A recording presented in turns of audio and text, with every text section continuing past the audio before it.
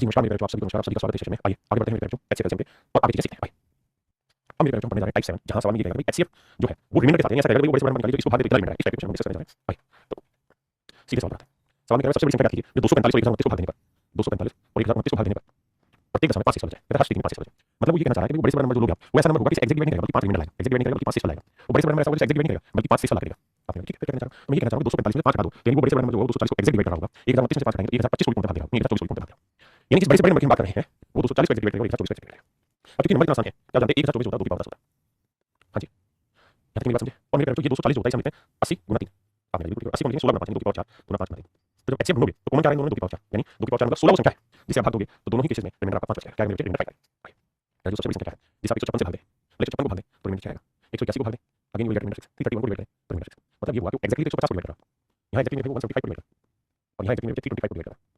बिल्कुल। यानी हमें जो नंबर ढूंढना है वैसा ढूंढना है जो 150 176 और 325 को भाग दे। तो मेरे बच्चे हमें वो नंबर ढूंढना क्या होगा। हम एक चीज तो जान रहे हैं और वो ये कि आखिरी दोनों 25 है ये 75 है ये 50 है। आखिरी दोनों जो है वो 25 से भाग रहे हैं इसका मतलब इसका एचसीएफ 25 को वही हुआ। इसमें 25 नहीं है इसमें 25 नहीं है इसमें 25 नहीं है ऑप्शन सी आपका राइट आंसर। ऑप्शन सी आपका राइट आंसर। आइए जाओगे यहाँ पे क्या डिफरेंट रिमाइंडर कुछ नहीं है जैसे 285 और 1249 कहते हैं भाग दें तो अलग अलग से भाग देते हैं रिमाइंडर से भाग देते हैं तो 7 रिमाइंडर। इसका मतलब जो नंबर है जिसकी बात कर रहे हैं जिसमें चर्चा कर रहे हैं वो ऐसा नंबर है 285 से भाग देते हैं 9 से चलाता है 285 से भाग देते हैं 9 से चलाता है इसका मतलब कितना एग्जैक्ट डिवाइड को नाम लोगे 6 तो 276 पूर्णतः भाग जाएगा उस नंबर से। यहाँ 7 से चला 1242 एग्जैक्ट डिवाइड जाएगा उस नंबर से। हां जी तो मेरे जो 276 पूर्णतः भाग जाएगा 1242 पूर्णतः भाग तो हमसे सवाल पूछा बड़े से बड़ा नंबर क्या होगा। तो अब ये देखिए क्या 135 भाग देगा 276 को नहीं 135 का 270 होता है ये तो नहीं देगा इसका 272 होता है इसका 272 होता है लेकिन अगर इसका डबल करोगे तो होता है 276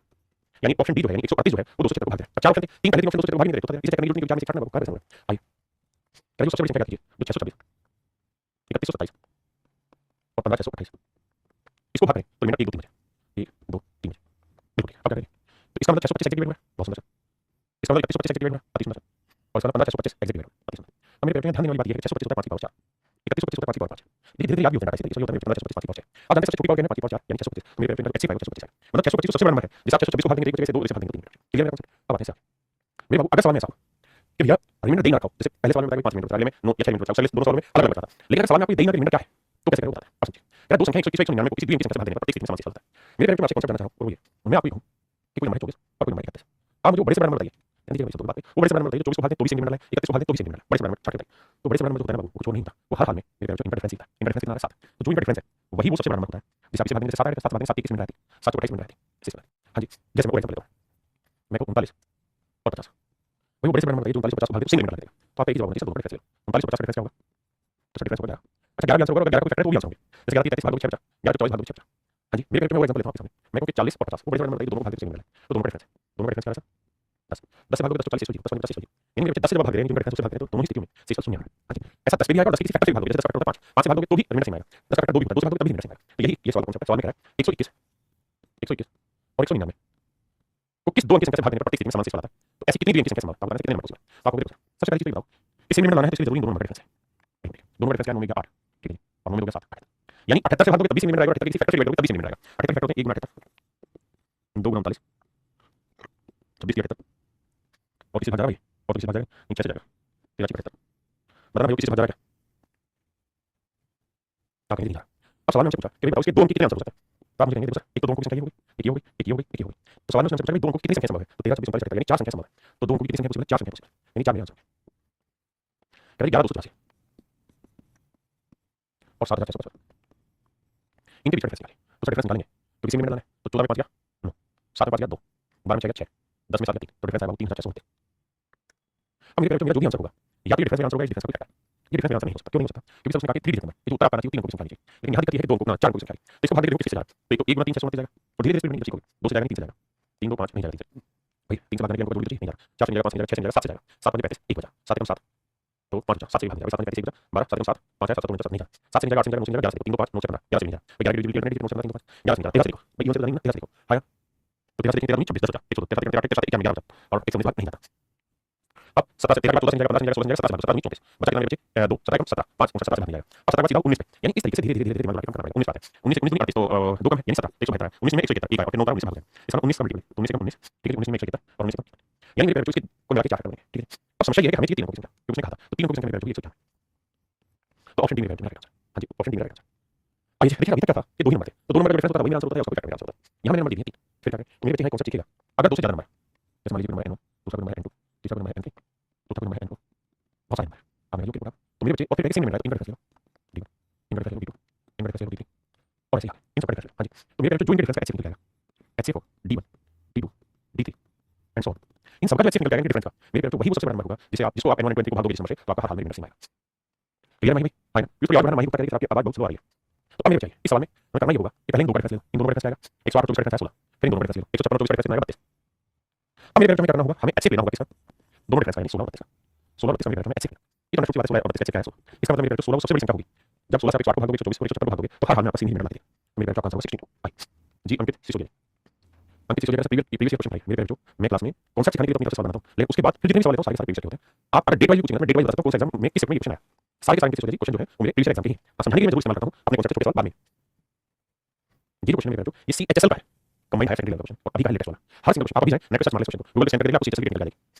राम बाबू मगर पढ़ते पढ़ते मन भारी हो जा रहा है क्या करें। देखिए ये जो जर्नी आप जी रहे हैं ये थोड़ी लंबी होती है हर स्टूडेंट की लाइफ में साथ है लेकिन विश्वास मानिए कि इसका एक ही तरीका है और वो है पेशेंस। आप पेशेंस करिए अगर मन बहुत ज्यादा भारी हो रहा है और मन नहीं मन रहा तो फिर क्या करिए कोई खेल खेलने चले जाइए कोई मूवी देखने चले जाइए या किसी यार दोस्त के साथ गप्पे मारने चले जाइए। उससे क्या होगा कि उस समय का जो पेन निकल जाता है। हमारे शास्त्रों में लिखा है कि लंबी यात्राएं मनुष्य के लिए बहुत जरूरी है। क्यों जरूरी है? क्योंकि लंबी यात्रा जब आप करने जाते हैं तो अपनी पीछे की चीजें पीछे छोड़ जाते हैं और हमेशा नई चीज देखते हैं तो दिमाग में नई चीज आती रहती है उससे क्या होता है कि आपके मन का भारीपन हल्का हो जाता है। आवाज सवाल में कह रहा है 4749 5601 और 7000 कहता है में से प्रत्येक को अधिकतम संभव मान क्या होगा। सवाल में पूछा प्रत्येक का अधिकतम संभव मान क्या होगा डी का मान क्या होगा ताकि इसे विभाजित करें तो इसका हर बार सेम है। यानी ये कह रहा है if r is the remainder when each of these numbers is divided by the greatest possible number d कहता है किसी संख्या से इनको भाग दिया तो हर बार सेम निकल रहा है वही सबसे पहले नंबर क्या हो सकता है। तो तरीका बताएंगे डिफरेंस लेंगे यहाँ डिफरेंस लेंगे देखो 49 है एक में से हो गया 11 में हो गया 2 या 9 में 4 5 कहीं हम 5 5 में 7 में 8 ये डिफरेंस आएगा 400 यहाँ निकालेंगे 2 में से गया 1 9 में से गया 9 और 10 में से गया 4 और 6 में बचा 1 1400 यानी मेरे जो 852 1600 में HCF निकालो 852 और 1600 में HCF निकालने के क्या तरीके होते हैं बताइए। तो आप मेरी फैक्टराइजेशन मेथड है लॉन्ग डिवीजन मेथड है और डिफरेंस मेथड हम कौन सा इस्तेमाल करेंगे वो हम प्रेडिक्ट करता है। मेरे मुझे लगता है यहाँ डिफरेंस मेथड में लाइन निकाल लेते तो देखिए 11 में 2 गया 9 बिल्कुल ठीक है 11 में 2 गया 9 8 में 5 गया 3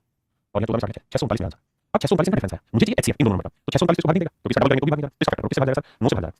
9 से 33 और 9 ठीक है 5 भाग जाएगा। हां जी 3 से भाग देना चाहोगे तो 3 9 6 3 3 3 तो 213 से भाग लेकिन 213 का 4 गुना करेंगे तो 6 गुना 13 को 52 और 4 गुना 213 से भाग 3 2 5 6 समझ गए मेरी बात। अब 213 को भाग देगा 13 से बिल्कुल इनका HCF निकल के आएगा जो है 213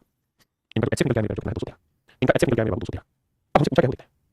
सवाल में r is the remainder when each of these numbers is divided by greatest possible number d तो मेरे d की वैल्यू आ गई 213 बिल्कुल ठीक है। अब 213 का आंसर है ही d की वैल्यू आ गई 213। अब सवाल में क्या r भी निकालो तो यानी 213 को से भाग देना होगा 4749 को 213 से भाग दो तो 213 से भाग दोगे तो 2 पे जाएगा तो भैया 3 2 426 है बताओ 14 में चलेगा 8 6 में 2 4 48 है फिर भाग दोगे 426 है तो 6 में चलेगा 3 और 8 में 36 है तो यानी 213 से भाग दोगे हर किसी को 36 लगेगा तो मेरा 63 और जोड़ोगे मेरे 3 3 6 6 1 7 2 मेरा प्यारे मेरा आंसर 276 276 नहीं मेरा भाई कह रहा है एक और बाकी और इसलिए नहीं क्योंकि d + r है d + r जो है अगर d होता है तो स्टार्ट d + r है विवेक कुमार d + r होता है। अब बताओ पाइपिट क्या करेगा पाइपिट फार्मूला बताइए क्या पाइपिट ये कह रही है कि आपको पेपर में सवाल मिलेंगे e की पावर m - 1 एंड e की पावर n - 1 e की पावर m - 1 और e की पावर n - 1 यानी विशेष बात होगी यहाँ पे भी से यहाँ पे भी से और आपसे कहेगा इनका HCF निकालने का तो इनका HCF हो जाएगा e की power HCF of m and n minus यानी e की पावर m - 1 और e की पावर n - 1 का HCF ऑफ m और n - 1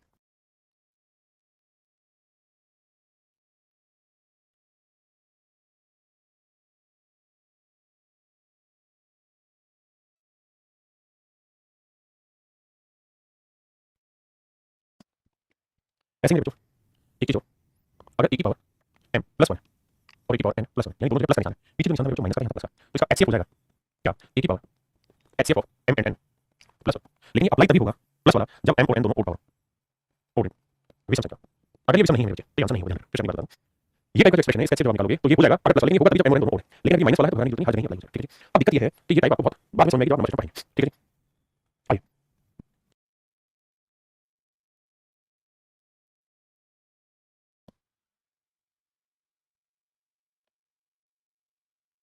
देखिए बच्चे आइए आपका इंतजार है देखिए कहानी क्या कहानी समझता एक कहानी ये भी है ये बेसिकली नहीं बने कैसे समझता बेसिकली नंबर सिस्टम में आपने पढ़े हैं कि नहीं पढ़े ध्यान देना 4 नियम बने हुए 4 नियमों के सवाल पूछा जाता है उसका मेरे पेपर तो e की पावर m - b की पावर m है और m इवन पावर तो ऐसा एक्सप्रेशन हमेशा ही a - b से डिवाइड होगा और ऐसा एक्सप्रेशन a + b से डिवाइड होगा ये अलजेब्रा में पढ़ेंगे पक्के डिविजिबिलिटी में ऐसा इसलिए होता है कि समझिए a - b के लिखा हुआ है दोनों भी इसके दो फैक्टर बनते हैं फैक्टर a - b और एक फैक्टर a + b यानी देसी भाषा में कहते हैं नंबर - b से भागो और a + b से भागो ठीक है। दूसरा अगर मेरे सवाल ये हो कि a की पावर m - b की पावर n b की पावर m दोनों में सेम पावर लेकिन m जो है वो ओड पावर माइनस में ओड पावर विषम घातांक तो मेरे बच्चे ऐसा नंबर हमेशा सिर्फ a - b से ही भाग कारण का याद रखने के जैसे कि a क्यू - b दोनों में ओड पावर इसका फार्मूला कहता है a - b * a square + ab + b square यानी मोटी मोटी बात है a - b का कॉमन फैक्टर आता है ऐसे मेरे बच्चे क्या होता है a की पावर m + b की पावर और यहाँ m ओड खत्म m जो है वो ओड नंबर विषम संख्या तो मेरे बच्चे a + b से भागोगा हमेशा याद रखने के लिए आप ये देखिए a + b बराबर लिखो दोनों जोड़ पावर प्लस इसका फार्मूला होता है क्या इसका फार्मूला होता है a + b * a square - ab + b square तो a + b कॉमन आ गया ठीक है। और ऐसे मेरे बच्चे अगर e की पावर m + b की पावर m और अगर यहाँ m एक इवन पावर मतलब m इवन नंबर सम संख्या है तो इसका कोई स्टैंडर्ड नहीं बनेगा किसी से भाग होने का सर्टेन नहीं होगा क्यों क्योंकि a की पावर 2 प्लस b की पावर 2 है ऐसा कोई फैक्टर नहीं जिसमें अलग से निकल गया हाँ जी तो अब अपने सवाल पर आते हैं यहाँ देखेंगे e की पावर प्लस b की पावर क्या है और पावर तो ये हमेशा e प्लस b से भाग होगा यानी 13 प्लस 17 से भाग होगा 13 यानी संख्या तो 30 से भाग ठीक है अब यहाँ e की पावर प्लस b की पावर दोनों में और पावर तो ये नंबर e प्लस b से भाग होगा प्लस का साइन तो 13 और 13 ज्यादा समाप्त कर सकते हैं माफ कीजिए यहाँ 24 से भाग होगा यहाँ पे ये नंबर 24 से भाग होगा यानी आपने मोटी बात समझी कि ये नंबर 24 से डिवाइड होगा ये नंबर 24 से डिवाइड होगा तो ये बचा ऐसे होगा a यानी 24 का राइट आंसर क्लियर है भाई हम बाबू माजी ये पूरा कांसेप्ट है ठीक है इसी कांसेप्ट के आधार पर हम फार्मूले लिखवाने वाले दोनों आइए देखिए e की पावर m -1 यहाँ e की पावर n -1 दो एक्सप्रेशन है e की पावर m -1 और यहाँ e की पावर n -1 तो मैंने कहा था कि अगर माइनस पावर है तो m इवन होगा और कोई फर्क नहीं होगा तो आंसर यही होगा e की power hcf m n minus नहीं आता लेकिन हमें सबसे पहले 315 और 25 का hcf निकाला तो 315 और 25 का hcf तो मेरे बच्चे समझ गए समझ में आ रही बात ये सब 25 के फैक्टर होते हैं 25 5 और 1 तो ये 5 से दोनों भाग होंगे क्योंकि 25 से जाएगा 5 से hcf 5 और अगर hcf 5 से आंसर हो जाएगा a यानी 4 की power 5 minus that is option और यानी 4 की पावर 5 होता है 1024 माइनस 1 यानी 1030 ये मेरे बेटे में रहेगा 1030 में सही होगा ठीक है भाई साहब एसएससी अर्जुन भाई का एसएससी जितने परसेंट करेगा ऐसा मेरे को स्पेसिफिक नहीं है लेकिन मोटी मोटी बात करो तो 70% कैसा है इंक्लूडिंग नंबर सिस्टम आइए यहाँ मेरे बच्चे प्लस का साइन है तो हर हाल में और होना चाहिए और है तो आंसर हो जाएगा 3 की पावर 25 और 35 5 भाई उसी काम में इस्तेमाल करते हैं ऑप्शन सी रहेगा यहाँ मेरे बच्चे माइनस का साइन है तो इवन और कुछ कोई फर्क नहीं पड़ता तो 3 की पावर 50 और 120 कैसे क्या है 10 आएगा माइनस ऑप्शन सी रहेगा बताइए यहाँ मेरे बच्चे 100 और 120 कैसे क्या होता है 20 तो 2 की पावर 20 माइनस आंसर ये सॉल्व करना है बहुत प्यारा सवाल है मजा आएगा चीज पढ़ देखिए मेरे बच्चे थोड़ा अच्छा सवाल है मैं कह रहा हूँ मैं कह रहा हूँ 3 की पावर 333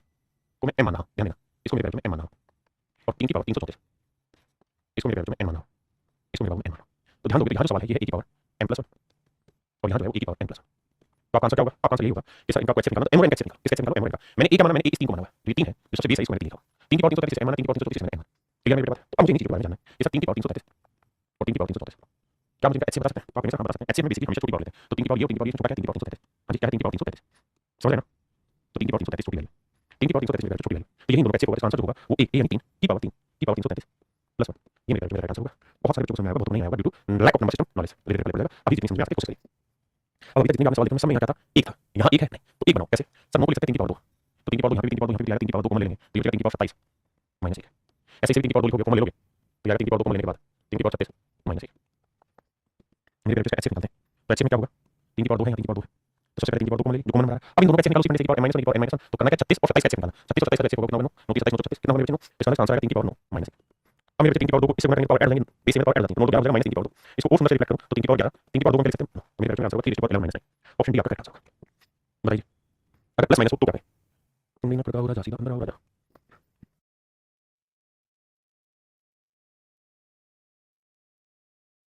अब मुझे चीज है सवाल में सर ये रिजल्ट अभी नहीं है भाई आपने प्लस प्लस लिखवाया माइनस माइनस लिखवाया लेकिन ये वाला रिजल्ट नहीं लिखवाया तो मेरे बच्चों ऐसे सवाल भी आते हैं स्टैंडर्ड रिजल्ट निकालो फुल हो रहा तो वहां एक चीज फॉलो होगी आपकी समझ उसको विकसित करना कैसे जैसे यहां हमें एक ही काम करना चाहिए वो ये कि भैया बताओ 3 की पावर 2002 सर आपको हम ये बात सीख चुके हैं कि किसी भी ओड नंबर की पावर आप कचरे कर लीजिए यानी ओड नंबर का जो भी पावर लीजिए तो आपका आंसर आएगा इट इज ऑलवेज ओड ये हर हाल में भी समझ आएगा बिल्कुल ठीक है तो 3 की पावर 2002 मेरे क्या हुआ ओड नंबर और यहाँ एक ये ओड नंबर ये भी ओड और ओड में ओड जोड़ते हैं तो क्या है इवन तो ये मेरे परिणाम आएगा इवन आपने ठीक है ऐसे मेरे बाबू यहाँ ये 3 की पावर 2002 ये क्या है ओड और ये 1 क्या है ओड तो ओड में ओड जोड़ो या ओड में घटाओ रिजल्ट क्या है इवन तो इसका मतलब ये बाबू कि इसे सोल्व करेंगे तो भी इवन परिणाम आएगा इसे सोल्व करेंगे तो भी इवन परिणाम आएगा अगर दोनों इवन है तो इनका ऐसे हर हाल में इवन नंबर ही होगा ये समझना आप ठीक है सर तो इवन है ये इवन है ये इवन है नहीं तो मेरे ऑप्शन डी ही आपका करेक्ट आंसर होगा क्या समझ नहीं देखिए अगर बात वैसे नहीं बन रही स्टैंडर्ड फॉर्मेट क्वेश्चन नहीं आता क्या है जानते हैं नहीं फिर वहां लॉजिक लगाइए और लॉजिक के आधार पर सॉल्व आइए मेरे बच्चे अब हम टाइप 9 पढ़ने जा रहे हैं और यहाँ पढ़ने जा रहे हैं टाइप 9 में HCF based on number system concept number system पे बेस्ड कॉन्सेप्ट सवाल में आता है यहाँ हमारा मूल उद्देश्य यही होगा कि हम ये जानें कि भैया नंबर सिस्टम पे बेस्ड हमारा कॉन्सेप्ट नंबर क्या होते हैं प्राइम नंबर क्या होता है को प्राइम क्या होता है वो सारी कहानी हम जानें आइए ये मेरे प्राइम नंबर की लिस्ट है 1 से 50 तक 15 प्राइम नंबर होते हैं 10 प्राइम नंबर होते हैं 1 से 200 तक 21 प्राइम नंबर रट लो 1 से 100 तक रट लो अब पहला सवाल है यार प्रथम 100 प्राकृतिक संख्या क्या होता है पहला नेचुरल नंबर 1 है फिर 2 है फिर 3 है फिर 4 है फिर 5 है फिर 8 है -100 करेंगे सब कैसे क्या होगा मतलब समय को मना रहा है नहीं आ सर क्या एक जो है वो 2 से 10 से 100 से भाग जाएगा नहीं जाएगा सर इसका मतलब कैसे होना है यानी नंबर सिस्टम पे बेस्ड कॉन्सेप्ट क्वेश्चन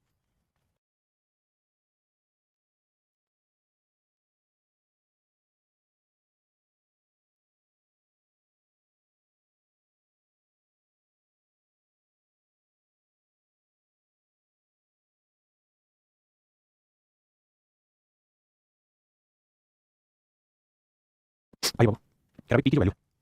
वो है a into m into r q की जो वैल्यू वो b into m into 2 into r सवाल में एक चीज जोड़ी करें और वो ये बहुत जरूरी where a b m r r odd prime number कहता है a हो b हो m हो r हो सारे सारे ओड प्राइम नंबर है विषम अभाज्य संख्या है a b m और r सारे सारे ओड प्राइम नंबर हमें समझ में आना चाहिए कि दो ही इकलौता प्राइम नंबर ऐसा है तो इवन इसके अलावा बाकी सारे क्या ओड प्राइम नंबर ठीक बात बताओ हमें कैसे निकालना है तो ऐसे देखें तो m दोनों में कौन आ रहा है r दोनों में कौन आ रहा है अगर ये प्राइम नंबर है और ये भी प्राइम नंबर है तो कौन आएगा नहीं आएगा इसका मतलब ऐसे क्या है मेरे m ऑप्शन सी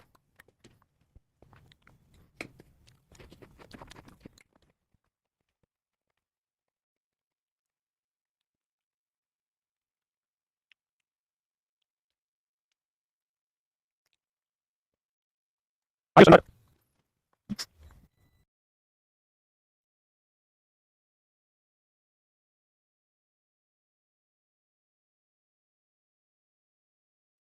देखिए मेरे ध्यान से मेरा दो नंबर है ए और बी दो नंबर है इनका एचसीएफ एक है मान लीजिए तो कहेंगे जोड़ इनके डिफरेंस एचसीएफ क्या होगा तो मेरे तय है कि इनके जोड़ इनके डिफरेंस एचसीएफ भी वही होता है जो इन संख्याओं का एचसीएफ होता है यानी एक तो इसका आंसर होगा ही कोई पहला ही नहीं सकता इसका कोई नहीं सकता आंसर नहीं होगा लेकिन मेरे जब इन दो संख्याओं का एचसीएफ एक आ जाता है तो वहां ये तय हो जाती चीज कि दोनों कोपाइन नंबर समझा होगा नंबर सिस्टम में सहभागी कहते हैं कुछ नहीं तो मेरे दो कोपाइन नंबर जैसे मैंने एक कोपाइन नंबर ले लिया 5 और एक कोपाइन नंबर ले लिया अगर मैं दोनों जोड़ निकालूं तो आप देखेंगे जोड़ क्या है 5 3 8 और इन दोनों का डिफरेंस निकालो इन दोनों का डिफरेंस क्या है 5 3 2 तो इनके जोड़ डिफरेंस का मेरे को मिला है 2 है 8 का 2 को मिला है इसका मतलब मेरे इसका मतलब या तो एक एचसीएफ होगा या फिर दो एक तो होगा ही हो सकता है इसको कोई लेकिन दो भी हो सकता है ना दोनों कोपाइन नंबर है एचसीएफ है तो मैंने ले लिया 5 मैं 5 और 6 ले लूं तो एचसीएफ नहीं 4 5 6 में 5 एचसीएफ आएगा है ना तो एक और दो दोनों भी होगा तो ऑप्शन सी मेरे को देखना क्या है ये दो नंबर ए होगी इनका एचसीएफ है मतलब ये इन दोनों में कुछ भी कॉमन नहीं है कोपाइन ऐसे क्या है कि भाई ए और सी इन दोनों का एचसीएफ भी मतलब ये दोनों भी कोपाइन नंबर है मेरे बाबू अगर ए और बी में कुछ कॉमन नहीं है ए और सी में कुछ कॉमन नहीं है तो इसका मतलब ये हुआ कि ए यहाँ की बात समझिए तो इसका मतलब ये हुआ मेरे बच्चे हम इसको देसी भाषा में कहना चाहें तो ये कह सकते हैं कि b is not a multiple of a b को a का मल्टीपल नहीं कहा जा सकता ना ही हम c को a का मल्टीपल लिख सकते हैं कुछ भी m कुछ भी तो ना तो c a का मल्टीपल है ना b का मल्टीपल है तो मेरे बच्चे पहला ऑप्शन है क्या a और b into c इनमें कुछ कॉमन आ सकता है तो नहीं आएगा क्यों क्योंकि ना तो b a से भाग रहा है ना c a से भाग रहा है इसका मतलब मेरे बच्चे दोनों में कुछ कॉमन नहीं आएगा तो मतलब HCF a और b c का HCF होगा वन होगा थोड़ा सोचो पढ़ ध्यान से सुनिए पहले अब ये बात है मेरे बच्चे कोपाइन नंबर वो नंबर कुछ कॉमन नहीं आता तो अगर दो नंबर है a और b और कोपाइन है तो हर हाल में ध्यान रखना इनका HCF हमेशा बनेगा कोपाइन नंबर है इनका HCF नहीं आता देखिए प्यारा सवाल पूछा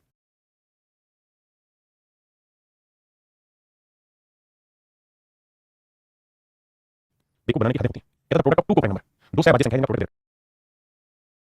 तो HCF बताओ इन दो नंबरों का दो परस्पर सहभागी संख्या को गुणनफल देखा उनका HCF बताना उनका मेरे बच्चे सोचना है क्या नहीं सर ये तो तय है कि दो कोपाइन नंबर का HCF हमेशा ही बनेगा उसका प्रोडक्ट देखा होना देखा व्हाटएवर फटाफट से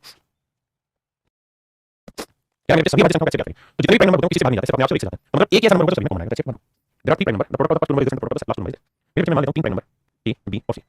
तो मुझे एक बात बताना पहले दो नंबर का जो प्रोडक्ट है वो है 77 और लास्ट दो नंबर का जो प्रोडक्ट है वो है 143 तो मेरे एक बात बताना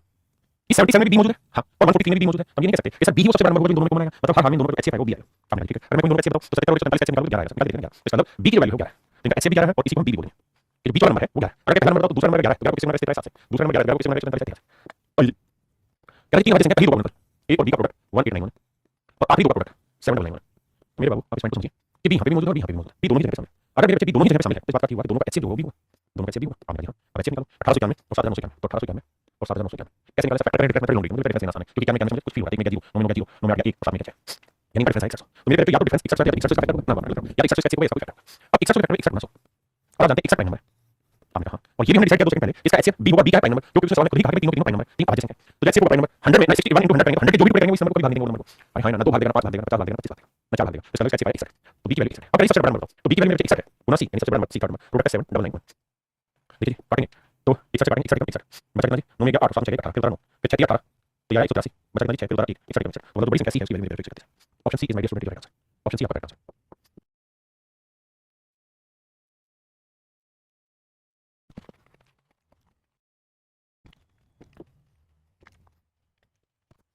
बस बस आइए मेरे अब हम शुरू करने जा रहे हैं टाइप 10 क्या है ध्यान से समझिए टाइप 10 है HCF की एप्लीकेशन सीखना प्रयोग सीखना लैंग्वेज में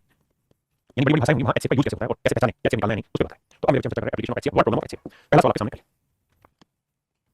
सवाल में क्या है मिल्कमैन है 75 लीटर मिल्क कहता है एक बर्तन में कितना लीटर दूध है मतलब कितना लीटर दूध है बर्तन दूसरा बर्तन 45 लीटर दूध है अब कहता है maximum capacity of container which can measure by the container exact number तो कहता है उस बड़े से बड़े बर्तन की मात्रा क्या चाहिए जो इन दोनों को बराबर माप सके जैसे मतलब गिलास है ऐसा बड़े से बड़े गिलास निकालो जो इसको भी जैसे 6 बार 6 एग्जैक्ट हो जाए उसे जितनी बार होती है एग्जैक्ट मतलब वो बड़े से बड़ा मात्रा निकालिए जिससे दोनों को मापा जा सके एग्जैक्ट में मापा जा सके तो मेरे जब भी बड़े से बड़ी बात होगी हमेशा HCF को इनका HCF निकालेगा वो पता यानी 15 लीटर का बर्तन लेंगे तो 15 लीटर से इसे भी 3 बार माप देंगे और 15 लीटर से 5 बार माप देंगे यानी एग्जैक्ट मापा जा सकेगा 15 लीटर का बर्तन तो ऑप्शन सी मेरा करेक्ट आंसर हां जी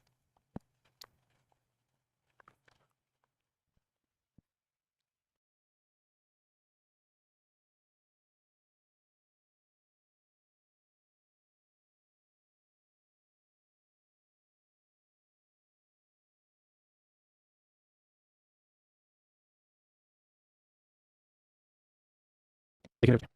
सवाल में कहता है length breadth and height of one this कहता है कमरे की लंबाई चौड़ाई ऊंचाई लंबाई 8 metre 25 centimetre 6 metre 25 centimetre 4 metre 50 centimetre सबसे पहले आपको ये करना चाहिए इसे सबको सेंटीमीटर में लो तो यहाँ मेरे 425 सेंटीमीटर दूसरे वाला है 675 सेंटीमीटर क्योंकि 100 सेंटीमीटर तो 6 मीटर 675 वो है 450 सेंटीमीटर बस कहता है कि डिटरमाइन द लॉन्गेस्ट रोड कहता है बड़ी से बड़ी रोड लंबाई आती है which can measure the three dimension of the road जो इन तीनों रोड को एग्जैक्ट माप सके मेरे जो नंबर में अब पहली बात हमें समझनी है कि सर इसका जो भी आंसर होगा आखिरी दोनों 25 75 50 हर हाल में 25 से भागना यानी 25 मल्टीपल चाहिए तो 25 के ऊपर 3 मल्टीपल ये भी बस नहीं है तो डी नहीं है डी अब अगर ध्यान दे तो 75 के लिए चाहिए हमें 25 गुना 3 यानी 25 से भी भागने वाला और 3 से भागने वाला तो ये 3 से भागने के लिए हमको जोड़ तो 8 2 10 15 3 से भाग 7 5 12 और 6 18 3 से भाग 5 4 9 3 से भाग तो इसका मतलब ये होगा कि जो भी होगा 25 गुना 3 यानी 75 मल्टीपल होगा क्योंकि 25 से आखिरी दोनों भाग जाते हैं और 3 से भाग जाते हैं 75 होगा अब 75 मल्टीपल तो ये हमें भागना ये है यानी ऑप्शन बी आपका करेक्ट आंसर हमें बड़े से बड़ा मतलब ऑप्शन बी करेक्ट आंसर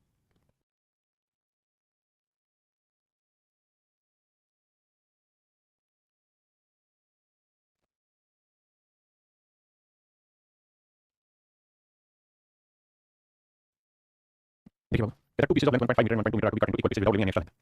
एक 1.5 मीटर की मतलब 150 सेंटीमीटर की, 1 मीटर में 100 दूसरी 120 सेंटीमीटर। कहता है इसको बराबर बराबर टुकड़े में काटा गया और सारे के सारे टुकड़े सेम साइज के हैं। तो बताओ कि भाई हर टुकड़े की लेंथ कितनी होगी? मुझे हर टुकड़े की लेंथ निकालनी है और सवाल में दो चीजें हैं, दोनों पे ध्यान देना। पहली उसका ग्रेटेस्ट लेंथ होनी चाहिए, दूसरा उसका सेम साइज होनी चाहिए। यानी सारे टुकड़े सेम साइज होने चाहिए, बड़े से बड़े आकार के। दोनों पार्ट में समान आकार के। हिंदी में बोलते हैं सारे टुकड़े सेम साइज होने चाहिए, समान आकार के काटे जाने वाले टुकड़े और अधिकतम लंबाई होनी चाहिए टुकड़े की। टुकड़े की लंबाई क्या होनी चाहिए? अधिकतम दोनों बिंदु सोचते हैं। तो भैया हमें बड़े से बड़ा निकालना है, तो इन दोनों को भाग दे, तो इनका एचसीएफ को कैसे 30 30 को सेंटीमीटर मीटर बनेंगे, बड़े से बड़े 0.3। ऑप्शन सी मेरा करेक्ट आंसर।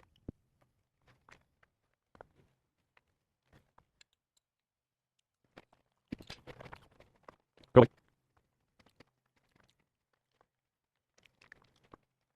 देखिए बच्चे, सवाल में कहता है छात्रों की अधिकतम संख्या क्या है? मुख्य मुख्य बिंदु। पहले सवाल समझाता हूँ। कहता है हमारे पास 1001 पेन है, 1001 पेन है, बहुत सुंदर, और 910 पेंसिल, 910 पेंसिल। कहता है हमें बच्चों को बांटना है, लेकिन बच्चों को ऐसे बांटना है कि हर बच्चे को बराबर पेन मिले और हर बच्चे को बराबर पेंसिल मिले। तो कहता है मैक्सिमम नंबर ऑफ स्टूडेंट बताइए कितने होंगे? जिनमें जब हमने बांटे तो हर बच्चे को सेम नंबर ऑफ पेन मिले और सेम नंबर ऑफ पेंसिल मिले। यानी एक लड़के को अगर 10 पेन मिले तो हर लड़के को 10 पेन मिले, और उसी लड़के को 10 पेन मिले तो 8 पेंसिल मिले, तो हर लड़के को 8 पेंसिल मिले। तो मतलब वो छात्रों की अधिकतम संख्या करनी है। तो मतलब हमें बड़े से बड़ा नंबर निकालना है, दोनों को एक्जेक्ट डिवाइड करते हैं। तो भैया कैसे? अब एक हजार के बारे में कई बार बताया कि 3 फैक्टर होते हैं, 7 गुना 11 गुना 13। इसको रख लीजिए। हां जी, 910 के 7 गुना 13 गुना 10 होता है 2 गुना 5। तो आपने किस नोटिस की होगी? 13 और 7 गुना रहा है, यानी 13 और 7 गुना रहा है, मुझे 91 आता है। इसको मतलब यानी मेरा जो आपका राइट आंसर होगा 91, यानी 91 लड़के ले लो तो 91 से ये भी भाग चला जाएगा, हर लड़के को 13 पेन मिलेंगे, और 91 से भाग दोगे तो हर लड़के को 10 पेंसिल मिलेंगे। यानी 91 लड़के ले सकते हैं, मैक्सिमम हर लड़के को 13 पेन मिलेंगे, हर लड़के को 10 पेंसिल मिलेंगे।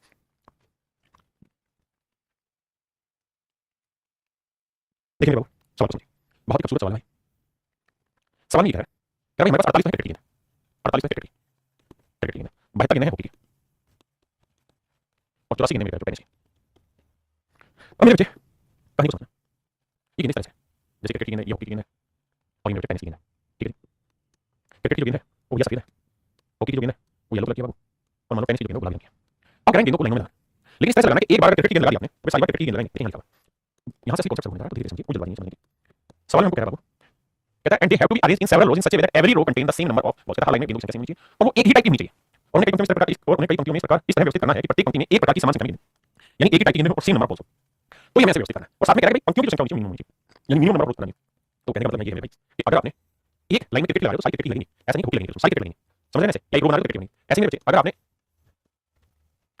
अगर मान लीजिए आपने हॉकी बनाई है तो ऐसे हॉकी की वही बनानी है। ठीक है जी, ये बात समझ गए ना? और हर रो में गेंदों की संख्या भी सेम होनी चाहिए। ऐसे आप टेनिस कर रहे हो बाबू तो टेनिस की सारी गेंदें सेम रहनी चाहिए, मतलब एक लाइन में टेनिस होंगी, ये नहीं कि हॉकी की सारी और हमें क्रिकेट की सारी, इस तरीके से चलना। लेकिन बड़ी चीज ये है कि हर लाइन में गेंदों की संख्या सेम है। मैं एग्जांपल के तौर पे ऐसे बना दिखा, लेकिन करेंगे गेंदों की संख्या समान होनी चाहिए और बराबर। तो सबसे पहले काम क्या करो, अगर हमें मिनिमम रो चाहिए, अगर हमें मिनिमम नंबर ऑफ रो चाहिए, लाइनों की मिनिमम संख्या चाहिए, तो मेरी बेसिक समझ है कि हर लाइन में हर लाइन में हर लाइन में मैक्सिमम बोलो क्योंकि जब तक आप हर लाइन में मैक्सिमम गेंद नहीं रखेंगे तब तक आपकी मिनिमम लाइन बनेगी। मिनिमम लाइन बनाने का बेसिक नियम है कि अगर कम से कम लाइन बनाना चाहते हो हर लाइन में ज्यादा जगह रखो, तभी कम से कम लाइन बनेगी। तो क्या करेंगे, हर लाइन में मैक्सिमम निकालने कैसे निकालो, कैसे निकालना होगा? तो यार 48 प्लस देखो कितना 12 आएगा, कितना आएगा 12 आएगा, निकाल देते हैं। तो इसका मतलब ऐसे 12 यानी हर लाइन में मैक्सिमम 12 गिन सकते हैं। अगर मैं कहूं कि कितनी लाइन बनेगी, 12 44 लाइन बनेगी, 12 42 लाइन बनेगी, 7 लाइन बनेगी, तो टोटल 7 13 13 14 लाइन बनेगी। तो मेरे पास 17 रो बनेंगी और 12 रो बनेंगी हर लाइन में। ये मेरा राइट आंसर। चलिए मेरे पास आप सभी को नमस्कार, धन्यवाद, कल आपसे मिलेंगे, थैंक यू। और जो सेशन कल रखेंगे।